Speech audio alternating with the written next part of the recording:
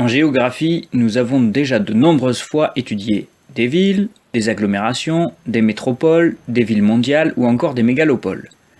Mais toutes ces notions ne suffisent pas à montrer les dynamiques qui se jouent sur les territoires urbains, et notamment en France. On va donc tenter de les appréhender à l'aide d'une nouvelle expression, l'aire urbaine. Pourquoi commencer par les aires urbaines et comment les définir? La France est un pays urbanisé. Sur 66 millions d'habitants, 55 millions vivent en ville. Près de 85% de la population vit en milieu urbain. L'urbanisation est d'ailleurs un phénomène assez ancien en France. L'exode rural a commencé vers le milieu du 19e siècle et s'est poursuivi jusque dans les années 1950-1960. Les villes se sont donc développées. Elles attirent toujours, et les populations rurales continuent de diminuer même si on ne peut plus parler d'exode rural. Pourquoi cette nouvelle expression d'aire urbaine? Au Moyen-Âge, il était facile d'identifier une ville. Elle était entourée de remparts. Au XIXe siècle, la population s'est entassée dans des espaces au-delà des murailles, qui ont d'ailleurs disparu, donnant naissance aux banlieues, qui offraient des paysages urbains identifiables et une densité de bâtis importante. Aujourd'hui, les limites de la ville sont plus floues. Des personnes s'installent à la campagne, mais travaillent, font leurs courses, pratiquent leurs loisirs dans des espaces urbains. C'est pourquoi on doit créer de nouvelles limites. C'est le principe des aires urbaines.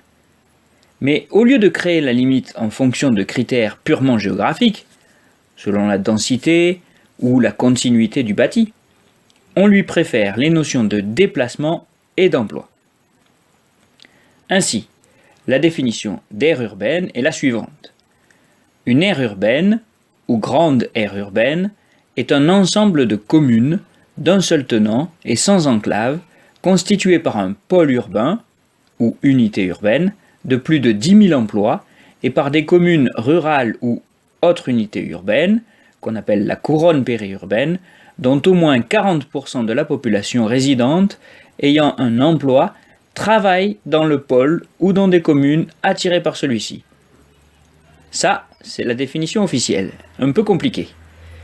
Ce qu'il faut retenir, c'est qu'une aire urbaine est constituée en premier lieu d'une ville-centre, ne pas confondre avec la centre-ville. Souvent centre historique et administratif, très densément bâti.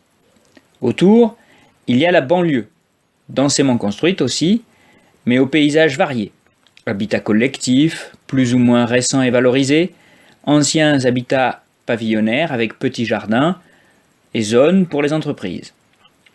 Ces deux ensembles, ville-centre et banlieue, forment l'agglomération. Au-delà, s'étend l'espace périurbain, avec des zones résidentielles de lotissement pavillonnaire, rejoints par des zones d'activité industrielle ou commerciale, ou encore des technopoles. Ces espaces s'étendent et grignotent les espaces ruraux environnants. C'est l'étalement urbain. Encore plus loin, on peut même trouver des villages qui accueillent de nouveaux ruraux qui conservent des habitudes de citadins. Travail, loisirs, commerce. On parle de rurbain. L'ensemble de ces trois espaces, ville-centre, banlieue, espace périurbain et rurbain, forment l'aire urbaine. Au-delà, c'est l'espace rural, la campagne. On peut donc vivre dans un village, même loin de la ville, et faire partie d'une aire urbaine, être un urbain.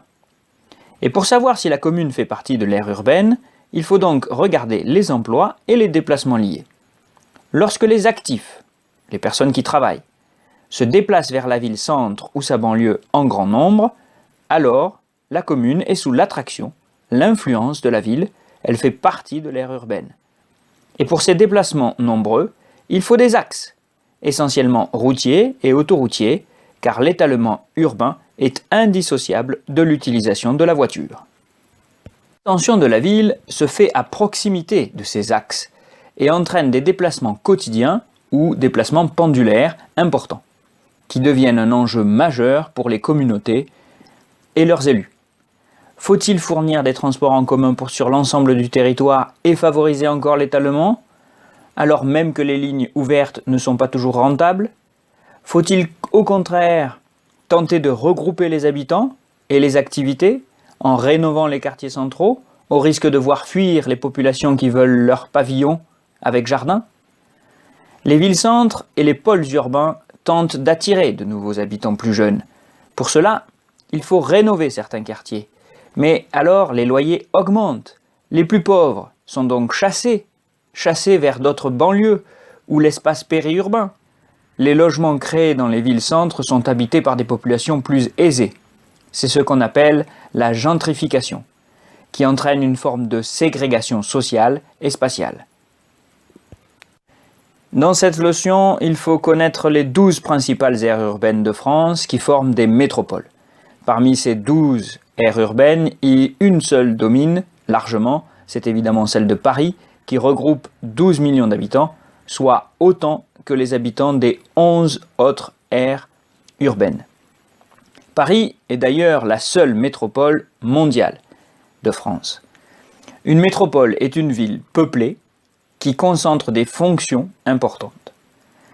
Ces fonctions peuvent être politiques, mondiales avec le siège de l'UNESCO à Paris, nationales avec les sièges des institutions de la République toujours à Paris, ou régionales avec, par exemple, le Conseil régional à Lyon. Ces fonctions peuvent être aussi économiques et se manifestent par des quartiers d'affaires ou bien par des technopoles. Elles peuvent enfin être culturelles avec, par exemple, les musées. Une métropole est donc une ville qui attire les populations et les activités. À l'échelle du pays, les métropoles et aires urbaines de l'ouest et du sud attirent plus que les autres. Cela est dû à deux phénomènes.